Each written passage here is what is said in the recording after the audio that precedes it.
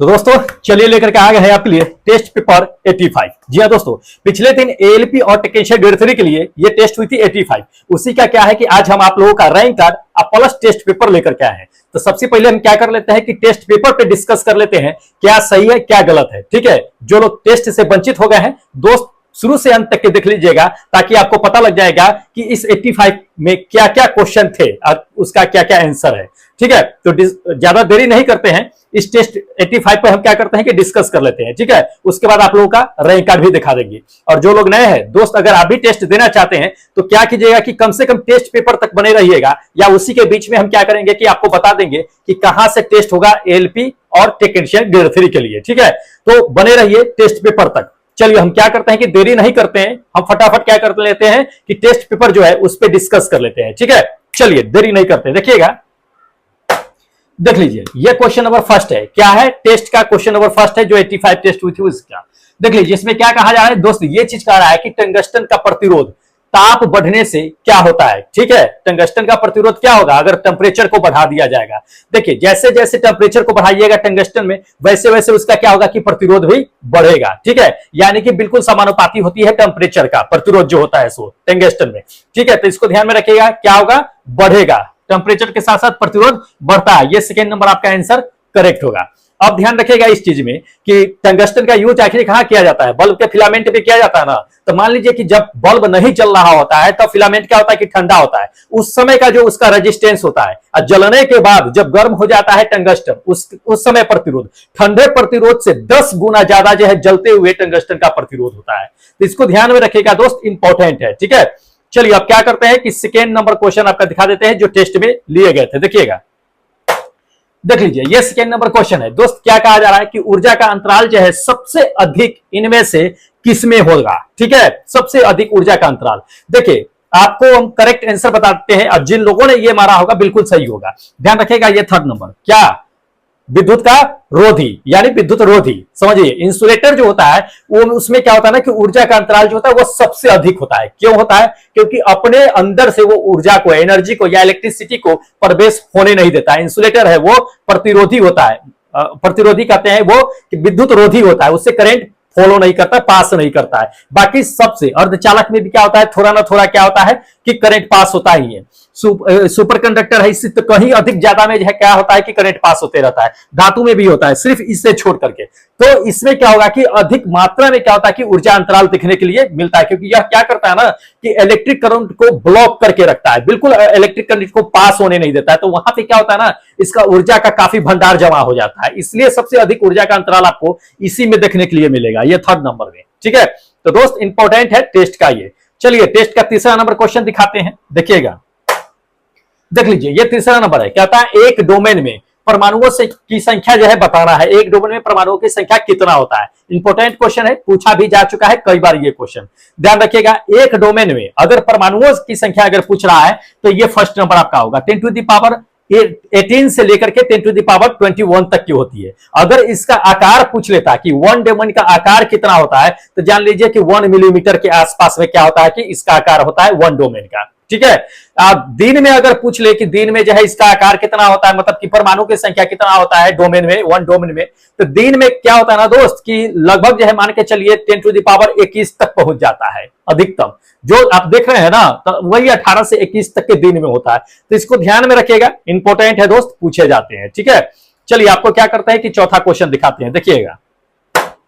देखिए ये चौथा नंबर क्वेश्चन है, कहता है कि तेल का एक बैरल जो है लगभग किसके बराबर होता है, लगभग किसके बराबर होता है। बहुत अच्छा क्वेश्चन है, सब लोग जुबान पे रखे होंगे इस सवाल को। ठीक है, क्योंकि पूछा भी जाता है। तो तेल का एक बैरल जो होता है जान लीजिए कि 159 लीटर के बराबर होता है। कितना, 159 लीटर। ये फर्स्ट नंबर आपका आंसर करेक्ट होगा। जिसने 159 मारा होगा लीटर बिल्कुल करेक्ट होगा। अब ये जान लीजिए कि अमेरिका में कुछ और होता है। अगर आप अमेरिका में जाइएगा तो एक कहेगा कि एक बैरल बराबर कितना होता है, तो जान लीजिए कि एक बैरल बराबर वहां लीटर में नहीं चलता है, बल्कि वो अमेरिका में जान लीजिए कि 42 गैलन 42 गैलन बराबर जो होता है क्या होता है कि एक बैरल माना जाता है यूएस में। लेकिन अंतरराष्ट्रीय अगर जाना जाए, इंटरनेशनल लेवल पे अगर जाना जाए तो एक बैरल में आपका 159 लीटर ही माना जाता है इंटरनेशनल सिस्टम के आधार पे। लेकिन अमेरिका में कुछ और होता है, लेकिन उस 159 को हर कोई मानता है, इंडिया भी मानता है, अदर कंट्री भी मानता है। ठीक है, चलिए अगला नंबर क्वेश्चन देखिए, अगला नंबर क्वेश्चन कहता है कि द्रव्यमान ऊर्जा का संबंध जो है इसमें से किसके साथ निष्कर्ष निकलता है। देखिए द्रव्यमान ऊर्जा का संबंध बहुत अच्छा क्वेश्चन है, इसको घुमा करके भी पूछा जाता है दूसरे तरीका से। आपको हम बता देते हैं वैसे करेक्ट आंसर, फिर आपको हम बता देंगे। देखिए जिसने भी अगर ये सेकेंड नंबर ऑप्शन मारा होगा उसका करेक्ट होगा, ठीक है, कि द्रव्यमान ऊर्जा का संबंध जो होता है ये सापेक्षता के सिद्धांत से होता है। सापेक्षता का सिद्धांत किसने दिया था? न्यूटन साहब, आइंस्टाइन साहब ने दिया था। आइंस्टाइन साहब ने क्या दिया था? E बराबर mc स्क्वायर।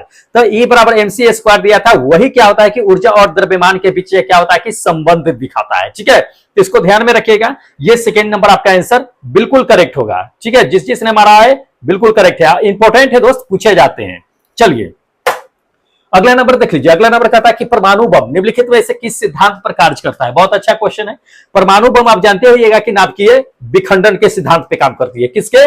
नाभिकीय विखंडन के। ये सेकेंड नंबर आपका आंसर करेक्ट होगा। जिसने भी सेकेंड मारा है बिल्कुल करेक्ट है। नाभिकीय विखंडन के सिद्धांत पे क्या होता है कि परमाणु बम काम करता है। परमाणु बम में क्या होता है, जब नाभिकीय विखंडन होता है तो एक बड़ा सा नाभिक क्या होता है, परमाणु जो होता है टूट करके बहुत छोटे छोटे टुकड़ों में बढ़ जाते हैं और काफी मात्रा में ऊर्जा को क्या करता है कि विमुक्त करता है, ऊर्जा काफी मात्रा में निकलता है। इसलिए जो है उसी सिद्धांत पे क्या होता है कि परमाणु बम का निर्माण किया जाता है। ध्यान रखिएगा, इंपॉर्टेंट है, ठीक है। चलिए अगला क्वेश्चन आपको हम दिखा देते हैं, देखिएगा अगला नंबर क्वेश्चन देख लीजिए। अगला नंबर क्वेश्चन क्या कहा जा रहा है कि निम्नलिखित में से किसमें जो है ऋणात्मक आवेश होता है। बहुत अच्छा क्वेश्चन है और रे का नाम दे दिया, इसमें सारे रे दे दिए हैं। क्या क्या दे दिया है कि गामा रे दे दिया, अल्फा रे दे दिया है, इसके बाद आपको एक्स रे दे दिया है, उसके बाद बीटा रे दे दिया है। इन सभी में से बताना है कि किसमें जो है ऋणात्मक आवेश होता है। देखिए करेक्ट आंसर आपको बताते हैं, ऋणात्मक आवेश इसमें से किसी एक में ही होता है, बाकी समय पॉजिटिव होता है और किसी में तो होता भी नहीं है। जान लीजिए, आपको बताते हैं कि ये फोर्थ नंबर आपका आंसर करेक्ट होगा, बीटा रे। बीटा रे में क्या होता है कि नेगेटिव आवेश होता है, नेगेटिव चार्ज होता है। कभी कभी इसमें पॉजिटिव चार्ज भी आपको दिखाता है, क्योंकि बीटा रे जो होता है उसको माना जाता है कि यह इलेक्ट्रॉन या प्रोटॉन ही है। तो इलेक्ट्रॉन अगर है तो नेगेटिव आवेश है, प्रोटॉन है तो पॉजिटिव आवेश है, ठीक है। बीटा में ये दोनों माना जाता है। तब कितना आवेश कितना नेगेटिव होता है, तब -1 नेगेटिव होता है। इसको ध्यान में रखिएगा। इसके अलावा अगर बता देते हैं कि इसके अलावा अगर आपको दे देता है कैथोड रे, तो कैथोड रे भी क्या होता है कि नेगेटिव चार्ज होता है, नेगेटिव ऋणात्मक होता है, ऋण आवेश वाले होते हैं कैथोड रे। तो वो भी दिया जा सकता है ऑप्शन में, लेकिन हमें ध्यान में रखना है, ठीक है। चलिए अगला नंबर क्वेश्चन देख लीजिए। अगला नंबर क्वेश्चन कहता है कि जब प्रकाश की तरंग वायु से कांच से होकर के गुजरती है तब कौन से प्रभावित होंगे, ठीक है। ध्यान रखिए, बहुत अच्छा क्वेश्चन है। प्रकाश की तरंग कहां से होकर कहां गुजरती है, तो वायु से होकर के कांच में गुजरती है, तब उसमें क्या क्या प्रभावित होंगे ये बताना है। देखिए आपको हम बताते हैं कि जब प्रकाश की तरंग यानी लाइट वेव जो होती है वो वायु से होकर के जैसी कांच में प्रवेश करती है, वैसे जान लीजिए कि तरंग दैर्घ्य और उसका वेग जो होता है वो प्रभावित होता है। क्या क्या प्रभावित होता है, उसका तरंग दैर्घ्य और वेग प्रभावित होता है। ये फर्स्ट नंबर आपका आंसर करेक्ट होगा। लेकिन जान लीजिए कि क्या प्रभावित नहीं होता है, ये भी पूछा जाता है क्वेश्चन कि क्या प्रभावित नहीं होता है। तो ध्यान रखिएगा, आपको हम बता देते हैं कि उसकी आवृत्ति, उसकी फ्रीक्वेंसी जो होती है दोस्त, वो प्रभावित नहीं होती है, वो कभी भी प्रभावित नहीं होती है। जब भी प्रभावित होगी तो तरंग दैर्घ्य और उसका वेग, ठीक है, wavelength and velocity he affected होता है, ना कि उसका फ्रीक्वेंसी इफेक्टेड होता है। इसको ध्यान में रखिएगा, पूछे जाते हैं क्वेश्चन, ठीक है। ज्यादा समय नहीं है इसलिए कंफ्यूज कम होना है। चलिए अगला नंबर क्वेश्चन देख लीजिए। अगला नंबर कहता है कि कीड़ों तथा हानियों को पहुंचाने वाले तत्वों को घरों से दूर भगाने के लिए कहता है कि इसमें से किस तरंग का यूज करते हैं। बहुत अच्छा क्वेश्चन है। घर में कीड़े मकोड़े होंगे तो इसमें से उन सभी कीड़ों मकोड़ों को या हानि जितने भी पहुंचाने वाले जो होते हैं इंसेक्ट्स, उस सबको भगाने के लिए अल्ट्रासोनिक वेव्स का यूज करते हैं। किसका? अल्ट्रासोनिक वेव्स का, ठीक है। ये फोर्थ नंबर आपका आंसर करेक्ट होगा, अल्ट्रासोनिक वेव का इस्तेमाल करते हैं, ठीक है। चलिए अगला क्वेश्चन दिखा देते हैं टेस्ट का। बहुत अच्छा क्वेश्चन है। देखिए पानी का कहता है कि त्रिनात्मक बिंदु क्या होता है, ठीक है। ट्रिपल पॉइंट जो होता है वाटर का, पानी का, वो कौन सा होता है, तो वो जो होता है 273.15 केल्विन होता है। ध्यान रखिएगा, ये फर्स्ट नंबर। इस पॉइंट पे क्या होता है कि पानी का तीनों जो है पदार्थ अवस्था जो होता है एक समान होता है। उसमें द्रव अवस्था में भी, ठोस अवस्था में भी, गैसीय अवस्था, तीनों का होता है। इसलिए इसको जो है ट्रिपल पॉइंट ऑफ वाटर कहा गया है, पानी का त्रिनात्मक बिंदु कहा गया है, ठीक है।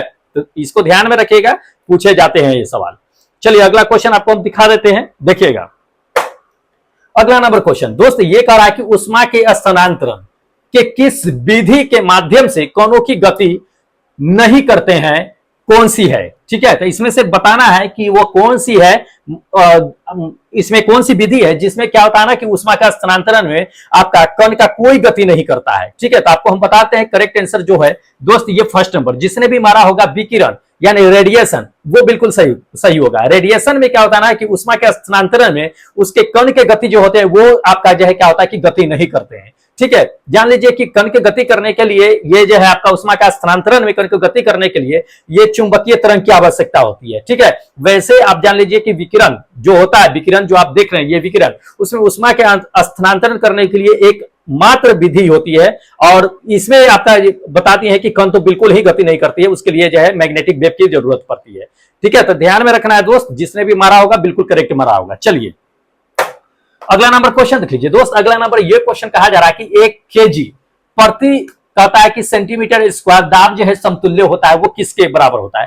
तो इसमें बार भी दे दिया है कि कितने बार के बराबर होता है, ये कहा जा रहा है 1 kg प्रति सेंटीमीटर स्क्वायर।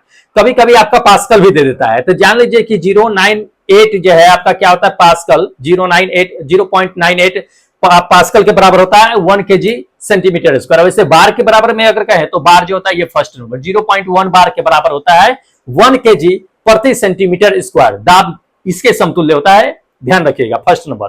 तो जिसने भी मारा होगा फर्स्ट नंबर बिल्कुल करेक्ट मारा होगा। चलिए अगला क्वेश्चन दिखाते हैं टेस्ट का, देख लीजिए। अगला नंबर टेस्ट का ये है कि एक केस नली है, उसका क्या किया जाए कि व्यास जो है दुगुना कर दिया जाता है, दुगुना कर दिया जाता है। तो केस नली से द्रव्य ऊपर चढ़ता है ना, तो उसकी सतह की ऊंचाई जो है जल चढ़ने वाली सतह की ऊंचाई जो है क्या होगा, ये कहा जा रहा है। बहुत अच्छा क्वेश्चन। देखिए व्यास जैसे ही आप आधा कीजिएगा वैसे क्या होगा, जितना मतलब कि दुगुना कर रहा है ना, इसमें दुगुना कीजिएगा तो उसका जो है जो जल चढ़ रहा है उसकी हाइट जो होगा वो कितना हो जाएगी कि आधी रह जाएगी, कितना आधी रह जाएगी, ध्यान रखिएगा। ये फर्स्ट नंबर आपका आंसर करेक्ट होगा, कितना आधी हो जाएगी दुगुना करने पे। चलिए अगला क्वेश्चन दिखा देते हैं। अगला नंबर टेस्ट का देखिएगा, निम्नलिखित में से कहता है कि कौन सा कथन जो है वैध ठहराता है कि द्रव न तो सृजन किया जा सकता है और न तो विनाश किया जा सकता है। बहुत अच्छा क्वेश्चन है। ये किस पर आधारित होता है, देखिए ये जो होता है ऊर्जा संरक्षण सिद्धांत के नियम पे पालन करता है। ये जो है सो कि क्या है कि द्रव्य न तो सृजन किया जा सकता है न ही विनाश किया जा सकता है, ये ऊर्जा संरक्षण का नियम होता है, ठीक है। तो ध्यान रखिएगा ये फोर्थ नंबर। वैसे ऊर्जा संरक्षण का नियम ही कहता है ये चीजें कि ऊर्जा को न तो बिना निर्माण किया जा सकता है और न तो विनाश किया जा सकता है, उसी पे ये आधारित है आपका कि द्रव्य न तो सृजन किया जा सकता है और न ही उसे विनाश किया जा सकता है, ठीक है। तो इसको ध्यान रखिएगा, ऊर्जा संरक्षण के नियम पे ये पालन करता है, नियम पे ही चलता है। चलिए अगला क्वेश्चन दिखाते हैं आपका टेस्ट का, देख लीजिए। अगला नंबर टेस्ट का ये कर रहा है क्वेश्चन कि जल के आयतन में क्या परिवर्तन होगा यदि उसके टेम्परेचर को, तापमान को 9 डिग्री सेल्सियस से गिरा करके कितना रख दिया जाए, 3 डिग्री सेल्सियस तक के कर दिया जाए। बहुत अच्छा क्वेश्चन है। देखिए 9 सबसे ये बातें महत्वपूर्ण है, काफी इंपॉर्टेंट है, ध्यान रखिएगा, दिमाग में इस चीज को सेट कर लीजिएगा कि आयतन जो होता है वो घनत्व के उल्टा होता है। आयतन घनत्व के उल्टा होता है पानी के लिए, कि पानी का अगर घनत्व बढ़ रहा है तो आयतन उसका घट जाएगा, अगर घनत्व कम रहा है तो पानी का आयतन बढ़ जाएगा। आयतन घनत्व उल्टा होता है एक दूसरे को। तो देखिए सबसे महत्वपूर्ण बात यह चीज है कि पानी का महत्तम घनत्व कितने डिग्री सेल्सियस पे होता है, 4 डिग्री सेल्सियस पे। पूछा जाता है ये क्वेश्चन कि पानी का महत्तम घनत्व जो है कितने डिग्री सेल्सियस पे होता है, 4 डिग्री सेल्सियस पे होता है। अब देखिए 9 डिग्री सेल्सियस है, 9 डिग्री सेल्सियस से हम गिराएंगे तो कहां तक के आएगा, 4 डिग्री सेल्सियस तक के आएगा। 4 डिग्री सेल्सियस तक के पहले जो है जान लीजिए कि उसका घनत्व क्या होगा, बढ़ता रहेगा। क्या होगा घनत्व, 4 डिग्री सेल्सियस तक जैसे लाएंगे वैसे क्या होगा कि बढ़ेगा। जैसे जैसे टेम्परेचर बढ़ेगा वैसे वैसे क्या होगा, घनत्व कमेगा। घनत्व कमेगा तो जान लीजिए उसका आयतन क्या होगा कि बढ़ेगा। लेकिन जैसे ही डाउन करेंगे टेम्परेचर वैसे क्या होगा कि घनत्व बढ़ना शुरू करेगा 4 डिग्री सेल्सियस तक के। तो क्या होगा कि पहले जो है आयतन उसका घटना शुरू करेगा, क्योंकि घनत्व बढ़ेगा तो आयतन घटेगा। तो क्या होगा, घटेगा। उसको 4 डिग्री सेल्सियस से फिर नीचे ले जाएंगे, वैसे क्या होगा कि काफी मैक्सिमम जो है क्या होगा कि आपका उसका डेंसिटी आ जाएगा, डेंसिटी रहेगा 4 डिग्री सेल्सियस तक की। 3 डिग्री सेल्सियस का था तो उसी के आसपास ना हुआ। तो इसमें जान लीजिए कि पहले जो है आयतन क्या होगा कि घटना शुरू करेगा, बाद में वो क्या होगा कि बढ़ना शुरू करेगा, क्योंकि 4 डिग्री सेल्सियस पे आपका घनत्व जो है महत्तम होता है, उसके बाद डाउन होगा, कमेगा तो आयतन बढ़ना शुरू करता है। तो इसके ध्यान में रखिएगा, इंपॉर्टेंट है, समझने का कोशिश कीजिएगा, इसी में फंसता है आदमी। ये सेकेंड नंबर आपका ऑप्शन बिल्कुल करेक्ट होगा, ठीक है, कि पहले घटेगा फिर बाद में क्या होगा कि बढ़ना शुरू होगा। चलिए अगला नंबर क्वेश्चन देख लीजिए दोस्त। अगला नंबर ये क्वेश्चन कहता है कि एक लोहे के गेंद को क्या किया जाता है कि पारद या मरकरी जिसको हम लोग कहते हैं उसके भरी बाल्टी में क्या किया जाता है, गिरा दिया जाता है, तब उस कंडीशन में क्या होगा। बहुत अच्छा है, ध्यान रखिए। अगर हम पारद की बात कर ले यानी मरकरी की बात कर ले, पारा की बात कर ले और कंपेयर कर लेते हैं अगर लोहे की, तो लोहे का डेंसिटी जो होगा वो पारे की डेंसिटी से कम होगा। तो जिसका डेंसिटी कम होगा वो क्या होता है कि तैरने लगता है। तो पारा का डेंसिटी क्या होगा कि ज्यादा होगा और लोहे का डेंसिटी कम होगा। जैसे ही उसको पारा में डुबाएंगे वैसे ही लोहा पारे के ऊपर क्या होगा कि तैरना शुरू कर देगा। ठीक है, पारे के ऊपर लोहा तैरना शुरू कर देगा क्योंकि उसका डेंसिटी कम होता है, लोहे का डेंसिटी कम होता है। ध्यान रखिएगा ये चीजें। ये सेकेंड नंबर आपका आंसर की बिल्कुल करेक्ट होगा। यही कारण होता है ना, डेंसिटी कम की वजह से बादल क्या होता है कि आकाश में तैरना शुरू करता है। पूछा जाता है ये क्वेश्चन। चलिए अगला नंबर क्वेश्चन देख लीजिए। अगला नंबर ये क्वेश्चन कहता है कि पेट्रोल की कहता है स्फोटक जो है स्फटिक जो है रोधक गुणवत्ता को बढ़ाने के लिए कहता है कि निम्नलिखित में से किसका उपयोग इस्तेमाल किया जाता है। तो ध्यान लीजिए कि आपको पेट्रोल की गुणवत्ता को अगर बढ़ाना है तो उसके लिए टेट्राथिल सीसा होता है। ठीक है, उसको मिला दीजिए। पेट्रोल की क्या होता है कि गुणवत्ता बढ़ जाता है, पेट्रोल की गुणवत्ता बढ़ जाता है। ध्यान रखिएगा, ये फोर्थ नंबर आपका आंसर करेक्ट होगा। टेट्राथिल सीसा होता है, ठीक है, उसकी गुणवत्ता बढ़ जाता है। जान लीजिए कि कैसे बढ़ता है। वैसे ऑक्टेन तो जानते होइएगा जो पेट्रोल से संबंधित रखता है, लगभग 90 से 100 तक के अगर ऑक्टेन नंबर है तो जान लीजिए पेट्रोल बहुत अच्छा माना जाता है। ठीक है, तो जान लीजिए कि 0.82 ग्राम अगर पेट्रोल में मिला दीजिएगा ना तो जान लीजिए पेट्रोल की गुणवत्ता जो होती है कितने ऑक्टेन हो जाता है, 110-12 के आसपास में ऑक्टेन की संख्या हो जाता है। तो सोचिए कि पेट्रोल कितने अच्छा गुणवत्ता हो सकता है उसका। टेट्राएथिल सीसा मिला देने से काफी अच्छा गुणवत्ता बढ़ जाती है। तो इंपॉर्टेंट है, ध्यान में रखिएगा। चलिए अगला क्वेश्चन दिखा देते हैं, देख लीजिए। अगला नंबर क्वेश्चन ये कहा जा रहा है कि किडनी स्टोन जिसको कहते हैं कि आंत में पथरी हो गया है या किडनी में पथरी हो गया है, वो निम्नलिखित में से उसमें क्या पाया जाता है। वो जो पथरी बनता है वो होता आखिर क्या है, उसमें होता क्या है। जान लीजिए कि उसमें जो होता है दोस्त वो होता है कैल्शियम ऑक्जेलेट। क्या होता है, कैल्शियम ऑक्जेलेट। ये थर्ड नंबर आपका आंसर करेक्ट होगा, कैल्शियम ऑक्जेलेट होता है। जान लीजिए ऑक्जेलेट तो आपको पता ही होगा, ऑक्जेलिक एसिड से ऑक्जेलेट पाया जाता है। वही या आप कहिए कि जितने भी खाद्य पदार्थ होते हैं लगभग उसमें जो है आपका क्या होता है कि ऑक्जेलिक एसिड पाया जाता है। वैसे टमाटो में सबसे ज्यादा ऑक्जेलिक एसिड होता है। तो उसी से क्या होता है कि आपका जब आंतरिक जाता है तो पेट में क्या होता है कि वो जो स्टोन बनता है किडनी स्टोन, वो आपका कैल्शियम ऑक्जेलेट ही होता है। ठीक है, तो इसको ध्यान में रखना है, पूछ देता है कभी कभी ये क्वेश्चन। चलिए अगला दिखा देते हैं क्वेश्चन, देख लीजिए। अगला नंबर ये क्वेश्चन कहता है कि निम्नलिखित में से आंसू गैस का कहता है कि कौन सा घटक है। तो आंसू गैस का घटक जो होता है वो कौन होता है दोस्त, ये क्लोरोपिक्रीन होता है। क्लोरोपिक्रीन होता है, ये थर्ड नंबर आपका आंसर करेक्ट होगा, क्लोरोपिक्रीन। अब जान लीजिए कि क्लोरोपिक्रीन होता क्या है। देख लीजिए, क्लोरोपिक्रीन जो होता है एक तरह के हथियार के रूप में इस्तेमाल किए जाते हैं। जैसे कि आप सुने हुए हैं कि प्रथम विश्व युद्ध या दूसरे विश्व युद्ध में क्लोरोपिक्रीन या कहिए कि आंसू गैस का काफी इस्तेमाल किया गया था। या ये चीजें होता है कि जब भीड़ भाड़ वाली जगह होती है तो वहां पे पुलिस जो होती है वो भीड़ भाड़ वाली जगह को हटाने के लिए, है ना, उसको क्या किया जाता है कि आंसू गैस का इस्तेमाल किया जाता है, उसमें ही क्लोरोपिक्रीन होता है। तो इसको इंपॉर्टेंट है, ध्यान में रखिएगा। ठीक है, पूछा जाता है ये चीजें कभी कभी। चलिए अगला क्वेश्चन आपको दिखा देते हैं। देखिएगा दोस्त, अगला नंबर ये क्वेश्चन कहता है कि किस पादप हार्मोन का उपयोग जो है किसी पादप हार्मोन का उपयोग जो है कहता है कि घायल कोशिका में होता है, जिससे क्या होता है कि उसका जख्म भर जाता है। मतलब कि कोई भी पादप अगर मान लीजिए कि जख्मी हो गया है या उसको घाव हो गया है तो उसकी जो है मांसल भाग को भरने के लिए इसमें से कौन सा हार्मोन जो है जिम्मेदार होता है। जैसे अपने शरीर में भी होता है ना, तो WBC क्या करता है कि उसको जो है रक्षा करने का काम करता है। वैसे क्या होता है कि पादप में भी क्या होता है कि हार्मोन होता है। अगर वो जख्मी हो जाए तो उसको जो है भरने का काम कौन करता है, उस जख्म को भरने का काम कौन करता है। तो जान लीजिए ट्राउमेटिन करता है। क्या करता है, ट्राउमेटिन। ये आपका थर्ड नंबर ऑप्शन बिल्कुल करेक्ट होगा। ट्राउमेटिन जो होता है हार्मोन होता है जो पौधे को जख्मी हो जाए तो उसके घाव को या जख्म को भरने का काम करता है। चलिए अगला नंबर देख लीजिए। अगला नंबर क्वेश्चन ये कहता है कि प्रकाश संश्लेषण की दर किस रंग में कहता है कि सबसे कम होता है। जी हाँ, प्रकाश संश्लेषण कहता है कि सबसे कम किस में होता है। बहुत अच्छा क्वेश्चन है। जिसमें सबसे ज्यादा बिखराव होता है प्रकाश का, उसमें क्या होता है कि प्रकाश संश्लेषण की क्रिया कम होती है। लेकिन जिसका बिखराव जान लीजिए कि कम होता है, ज्यादा नहीं होता है, उसमें प्रकाश संश्लेषण की क्रिया बहुत अच्छे तरह से होता है। तो सबसे अधिक बिखराव किसका होता है दोस्त, जिसका सबसे कम तरंग दैर्ध्य होता है। ये फर्स्ट नंबर बैगनी का बिखराव ज्यादा होता है, उसमें प्रकाश संश्लेषण की क्रिया कम होती है। लेकिन सबसे अधिक किसमें होती है, रेड में होती है, क्योंकि इसका तरंग दैर्ध्य अधिक होता है। इसको ध्यान में रखिएगा। थर्ड नंबर आपका आंसर बिल्कुल करेक्ट है। ठीक है, चलिए अगला क्वेश्चन आपको दिखा देते हैं। अगला नंबर क्वेश्चन दोस्त ये कहता है कि जिस जीवाणु में आरएनए अनुवांशिक पदार्थ होता है उसको क्या कहा जाता है। बहुत अच्छा क्वेश्चन है दोस्त। तो जान लीजिए कि जिस जीवाणु में आरएनए अगर अनुवांशिक पदार्थ होगा उसे रेट्रोवायरस कहा जाता है। क्या कहते हैं? रेट्रोवायरस कहते हैं। यह ध्यान रखिएगा, थर्ड नंबर आपका ऑप्शन करेक्ट होगा, रेट्रोवायरस। रेट्रोवायरस कहिए या उसको आरएनए वायरस कहिए, क्या आरएनए वायरस कहिए या रेट्रोवायरस कहिए, दोनों बात बराबर ही होता है।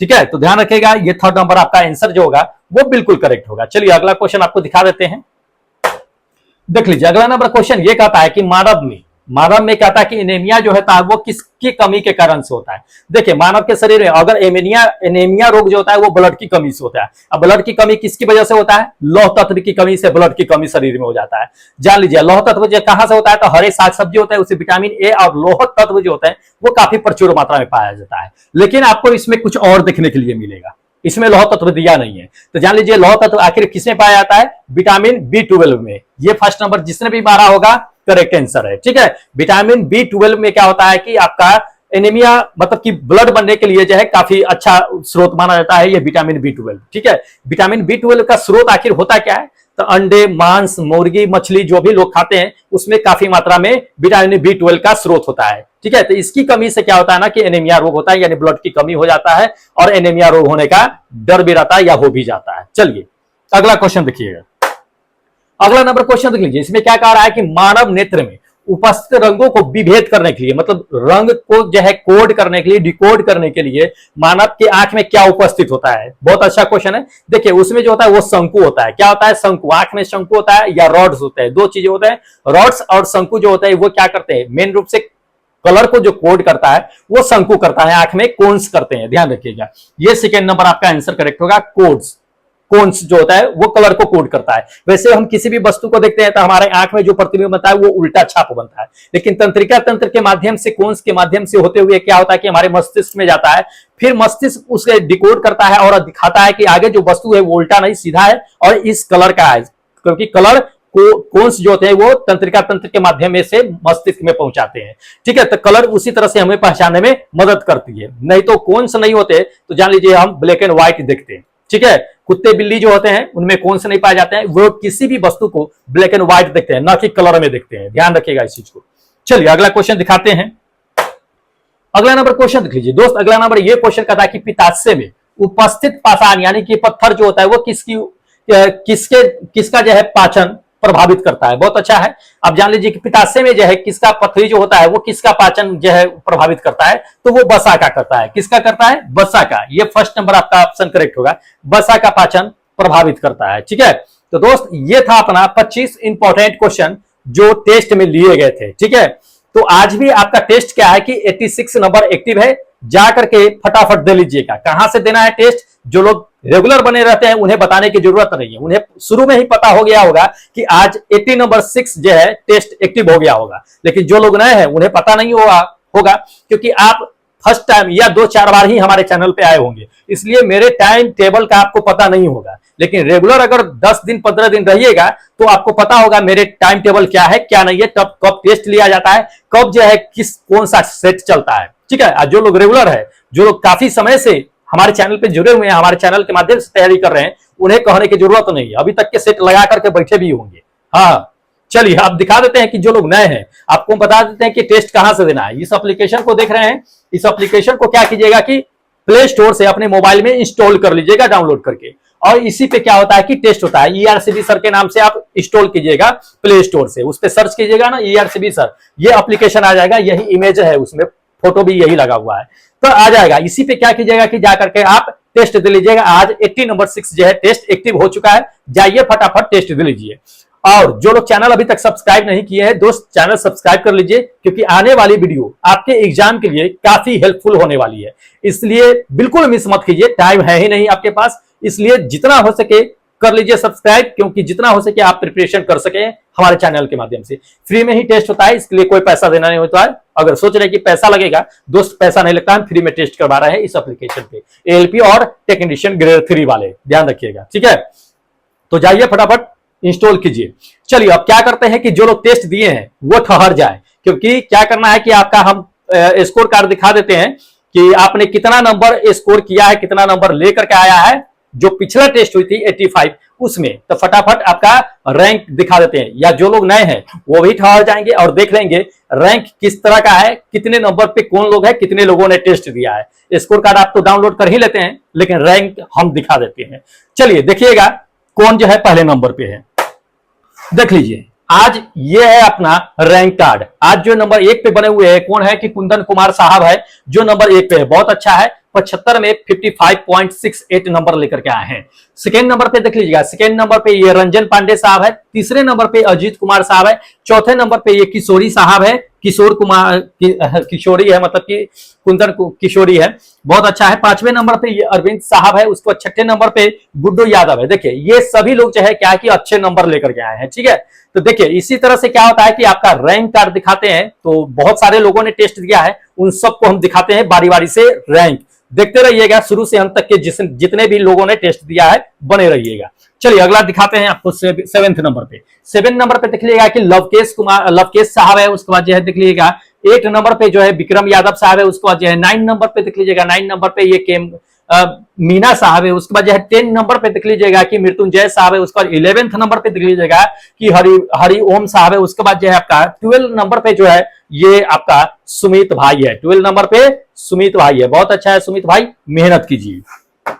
चलिए उसका 13 नंबर पे ये देख लीजिएगा यदवंदना साहब है। उसके बाद 14 नंबर पे देख लीजिएगा कि पंकज कुमार है। 15 नंबर पे देख लीजिएगा, 15 नंबर पे योगेश साहब है। उसके बाद जो है 16 नंबर पे क्लेमेंट जो बिलासपुर से है। इसको 17 नंबर पे ये रत्नाकर साहब है। उस पर जो है 18 नंबर पे देख लीजिएगा नितेश कुमार साहब है, 18 नंबर पे, बहुत अच्छा है दोस्त, ऐसे ही मेहनत कीजिए, मेहनत रंग लाएगा जरूर। 19 नंबर पे देख लीजिएगा, 19 नंबर पे ये सम्राट बुद्धू साहब है। उसके बाद 20 नंबर पे देख लीजिएगा आपका कि बसंत भाई है। 21 नंबर पे देख लीजिएगा, 21 पे अनिल कुमार साहब है। उसका 22 नंबर पे देख लीजिएगा कि एमडी आजाद अंसारी है। 23 नंबर पे देख लीजिएगा अशोक कुमार है। उसका जो है 24 नंबर पे देख लीजिएगा कि राजमणि साहब है। 24 पे राजमणि साहब है, बहुत अच्छा है दोस्त। चलिए 25 नंबर पे देखिए, 25 नंबर पे देख लीजिएगा, 25 पे कौन है, संजीव यादव साहब। उसका 26 नंबर पे देख लीजिएगा कि रंजन हट्टी साहब है। उसका 27 नंबर पे देख लीजिएगा आपका कि सुबोध कुमार है। उसके बाद 28 नंबर पे क्या है कि संदीप भाई है, जो मेल आईडी डाल रखे हैं। उसके बाद 29 नंबर पे देख लीजिएगा कि रवि ढाकर साहब है। उसके बाद 30 नंबर पे देख लीजिएगा कि चंदन कुमार साहब है, जो 30 रैंक नंबर है उनका, ठीक है, नंबर नहीं है, मार्क्स नहीं है, 30 नंबर पे है। चलिए 31 नंबर पे देख लीजिएगा कि ये पवन चंद्रवंशी साहब है। उसको 32 नंबर पे देख लीजिएगा कृष्णा साहब है। उसको 33 नंबर पे देख लीजिएगा कि सतीश साहब है। 34 नंबर पे देख लीजिएगा, 34 नंबर पे ये विष्णु है। उसको 35 नंबर पे देख लीजिएगा, 35 नंबर पे ये कमलेश साहब है। 35 नंबर पे, बहुत अच्छा है। उसको 36 नंबर पे देख लीजिएगा क्या है, अमरनाथ साहब है, अमरनाथ बिंद, ठीक है, 36 नंबर पे। चलिए 37 नंबर पे देख लीजिएगा कि बबलू है, जो पटना से है। उसके बाद 38 नंबर पे देख लीजिएगा कि मनोज है। उसके बाद जो है के सिंह है, जो 39 नंबर पे है। उसके बाद 40 नंबर पे देख लीजिएगा कि मुकेश साहब है। उसके बाद 41 नंबर पे देख लीजिएगा आनंद भाई है। उसके बाद 42 नंबर पे देख लीजिएगा कि मुनेन्द्र वर्मा, जो जिला बदायूं से है, मुनेन्द्र वर्मा साहब, आप गुस्साइए नहीं। चलिए उसके बाद देख लीजिएगा 43 नंबर पे ये रॉकी भाई। उसके बाद 44 नंबर पे ये नितिन भाई है। उसको 45 नंबर पे देख लीजिएगा कि कालीनाथ साहब है। उसको 46 नंबर पे देख लीजिएगा कि दीपक यादव साहब है। उसको 47 नंबर पे देख लीजिएगा कि रोहित साहब है। उसको रोहित मलाकार साहब है। उसको 48 नंबर पे गोविंदा साहब है। 48 नंबर पे गोविंदा साहब है, बहुत अच्छा है। चलिए उसके बाद बताते हैं 49 पे ये जितेंद्र है। उसके बाद जो है आपका 50 नंबर पे क्या है कि अनेक है। उसके बाद जो है 51 पे देख लीजिएगा कि विनय, जो यूपी से है हमारे। 52 नंबर पे देख लीजिएगा कि श्याम कुमार है। उसके बाद जो है 53 नंबर पे देख लीजिएगा, 53 नंबर पे आपका एमडी राजीव वर्षी साहब है। उसके बाद 54 नंबर पे जो आज बने हुए हैं, 54 पे कौन है, अभिषेक साहब है, ठीक है, अभिषेक साहब 54 पे है, बहुत अच्छा है। चलिए काफी लोगों ने टेस्ट में भाग लिया है। 55 में देख लीजिएगा दोस्त, 55 में कौन है, हाँ 55 में जो है ये भूषण साहब है। 56 में देख लीजिएगा, 56 में आपका कि पंकज कुमार साहब है। 57 पे देख लीजिएगा आपका कि पवन, जो हनुमानगढ़ से है। उसके बाद 58 नंबर पे देख लीजिएगा कि संदीप भाई है। उसके बाद 59 नंबर पे देख लीजिएगा कि राम सहाय साहब है। उसके बाद पीके कुमार जो है ये आपका 60 नंबर पे है, ठीक है, कोई नहीं, मेहनत कीजिए, आगे पीछे तो नंबर होते रहता है। चलिए उसके बाद आपको बताते हैं कि 61 पे जो है अश्वनी है, अवनीश है, अवनीश कुमार। चलिए 62 नंबर पे देख लीजिएगा आपका कि देवेंद्र साहब है, उस पर 63 नंबर पे देख लीजिएगा कि धीरेश चंद्र जो सोनभद्रा से हैं, उसको जो है 64 नंबर पे ये आपका आकाश साहब है, उसको जो है 65 नंबर पे देख लीजिएगा कि डॉली साहब है। उसके बाद जो है आपका 66 नंबर पे जो है विनोद साहब है। कौन है? विनोद साहब। चलिए उसके बाद देख लीजिएगा कि विराट जो 67 नंबर पे है, उसको जो है 68 नंबर पे ये अनूप साहब है, उसको जो है 69 नंबर पे देख लीजिएगा 69 पे ये जावेद आलम है, उसको 70 नंबर पे देख लीजिएगा कि दीपक कुमार साहब है, उसको जो है संतोष है जो आपका 71 पे है, उसको जो है राकेश जो है ये 72 नंबर पे है। ठीक है, 72 नंबर पे राकेश साहब। चलिए उसके बाद देख लीजिएगा आपका 73 नंबर पे ईशांत झा है, उसको 74 नंबर पे ये अंकित कुमार है, उसको 75 नंबर पे देख लीजिएगा आपका की है मलिंद्रा साहब है, उसको जो है 76 नंबर पे 76 नंबर पे ये क्या है कि मंटू साहब है, उसको 77 नंबर पे जो है ये तिक्रम साहब है, उसके बाद जो है 78 नंबर पे जो है ये देवेश साहब है। बहुत अच्छा है दोस्त, ऐसी मेहनत कीजिए। चलिए देख लीजिएगा उसके बाद आपको बताते हैं कि 79 पे देख लीजिएगा ये एपीएस शर्मा साहब है, मेल आईडी डाल रखे हैं दोस्त, मेल आईडी डालना जरूरत नहीं था, आप अपना नाम ही लिख देते रहा। चलिए 80 नंबर पे देख लीजिएगा कि परवेज आलम साहब है, उसके बाद ये है 81 नंबर पे देख लीजिएगा आपका कि एपी शर्मा 2 बार दे दिए हैं, पता नहीं हाउ इज पॉसिबल। 82 नंबर पे देख लीजिएगा कि सौरभ कुमार साहब है, उसके बाद जो है 83 नंबर पे देख लीजिएगा 83 नंबर पे ये राम प्रकाश साहब है। 84 नंबर पे जो है ये राहुल मुंजे साहब है। कौन है? राहुल मुंजे साहब। बहुत अच्छा है। चलिए 85 नंबर पे भी राहुल मुंजे साहब ही हैं। 86 नंबर पे देख लीजिएगा 86 नंबर पे ये नायरा है, उसके बाद जो है 87 नंबर पे देख लीजिएगा कि सुदामा है, उसके बाद 88 नंबर पे देख लीजिएगा 88 नंबर पे ये गौतम साहब है, उसके बाद 89 नंबर पे जो है आज एन कुमार साहब है। 90 नंबर पे लेकर के चलते हैं तो फरियाद अंसारी है। कोई नहीं दोस्त, बहुत अच्छा है। चलिए उसके बाद देखिएगा आपका 91 नंबर पे ये सन्नी सिंह साहब है। 92 नंबर की अगर बात कर लेता है अर्जुन तमन्ना है, उसके बाद यह है 93 नंबर पे ये पूर्णिमा सिंह है, उसको 94 नंबर पे जो है ये मनोज है, उसके बाद यह है 95 नंबर पे अगर बात करते हैं तो 95 पे ये अनिल कुमार साहब है, उसको 96 नंबर की अगर बात करें तो इंद्रजीत कुमार साहब है। ठीक है, चलिए कोई नहीं, 96 पे है। 97 पे आइए, 97 पे देख लीजिएगा 97 पे ये सन्नी गुज्जर साहब है, उसको जो है 98 नंबर की अगर बात कर लेते हैं तो दोस्त 98 पे क्या है आपका कि राम सिंह है, उसके बाद 99 नंबर पे अगर बात करते हैं पंकज कुमार साहब है। 100 नंबर पे आज जो शतक लगाए हैं ओमकार साहब लगाए हैं। बहुत अच्छा है, लगाइए शतक। 101 नंबर पे भी यही है। 102 नंबर पे देख लीजिएगा आप दोस्त, 102 नंबर पे कौन है? हाँ, 102 नंबर पे जो आपका है ये रोशन कुमार साहब है। ठीक है, चलिए उसके बाद 103 नंबर की अगर बात कर लेते हैं तो आशुतोष साहब है, उसके बाद 104 नंबर पे ये कौन है? अंजू है, उसके बाद 105 नंबर पे जो देखिएगा ये तुषार है। 106 नंबर पे देख लीजिएगा 106 नंबर पे है गोविंद राज है। 107 नंबर पे देख लीजिएगा 107 पे ये बिमला कुमारी है। 108 नंबर पे अगर बात कर लेते हैं तो अंकित रैमटेक साहब है। बहुत अच्छा है। चलिए उसको देख लीजिएगा 109 नंबर कौन है? 109 नंबर पे काजिर अली है। ठीक है, उसके बाद काजिर अली है। उसके बाद 110 नंबर पे देख लीजिएगा नीरज कुमार साहब है। उसके बाद 111 नंबर पे देख लीजिएगा डीएस मीना साहब है। 112 नंबर पे देख लीजिएगा तो ये विपुल कुमार साहब है। 113 नंबर पे देख लीजिएगा तो अभिषेक कुमार साहब है। उसके बाद 114 नंबर पे देख लीजिएगा ये बबलू कुमार साहब है। 114 नंबर पे ये बबलू कुमार साहब है। चलिए उसके बाद 100 आपका 15 नंबर पे बताते हैं। 115 नंबर पे जो आज बने हुए हैं दीपक कुमार है। 116 नंबर पे है जो हरिमोहन साहब है। 117 नंबर पे है क्या है कि ओमकार है, उस पर ओमकार पटेल साहब। 118 नंबर की अगर बात कर लेते हैं तो ये विष्णु कुमार है जो प्रयागराज से है। 119 नंबर की अगर बात कर लेते हैं तो दोस्त ये ऋतिक है। उसको 120 नंबर की अगर बात कर लेते हैं तो अरविंद हंसोडा करके हैं। चलिए उसके बाद 121 नंबर पे देख लीजिएगा ये ऋतिक है, ये 2 बार दे दिए हैं। उसके बाद 100 आपका 22 नंबर पे ये देखिएगा अनुभव है। उसके बाद 113 नंबर पे देख लीजिएगा 123 नंबर पे है। 123 नंबर पे ये रवि कुमार है। 124 नंबर पे देख लीजिएगा 24 पे ये मुंशी है। 125 नंबर पे देख लीजिएगा कि अनिल है। उस पर 126 नंबर पे देख लीजिएगा दोस्त अंकित है। ठीक है, 126 पे अंकित कुमार है। चलिए उसके बाद 127 नंबर पे ये इंदल कुमार साहब है। उसको 128 नंबर पे ये शैलेंद्र कुमार मौर्य है। उसके बाद 129 नंबर पे देख लीजिएगा कि मिलिंद साहब है। उसके बाद 130 नंबर पे देख लीजिएगा आपका कि राहुल कुमार साहब है। उसके बाद 131 नंबर पे देख लीजिएगा कि राहुल पवार साहब है। उसके बाद 132 नंबर पे देख लीजिएगा कि अंजलि है। अंजलि बहुत अच्छा है, थोड़ा सा और मेहनत करने की जरूरत है। चलिए उसके बाद देख लीजिएगा आप कि 133 नंबर पे ये रामदयाल साहब है, 134 नंबर पे ये मुन्ना उपाध्याय साहब है जो सासाराम से है। 135 नंबर की अगर बात कर लेते हैं तो प्रशांत साहब है। 136 नंबर पे अगर देख लेते हैं तो अनिरुद्ध साहब है। 137 नंबर पे देख लेते हैं तो सुधीर भाई है 137 नंबर पे, ठीक है। चलिए उसके बाद आपको बताते हैं क्या है 138 नंबर पे। 138 नंबर की अगर बात कर लेते हैं, ये अपना मोबाइल नंबर दे दिए है, जिनको कॉल करना है प्लीज इससे कांटेक्ट करें, इसलिए सर मोबाइल नंबर दे रखे हैं। बहुत अच्छा है, बहुत अच्छा, ऐसी नंबर देते रहिए, सब आपको कॉल करते रहेंगे। नंबर नहीं देना था दोस्त, नाम देना था, ठीक है।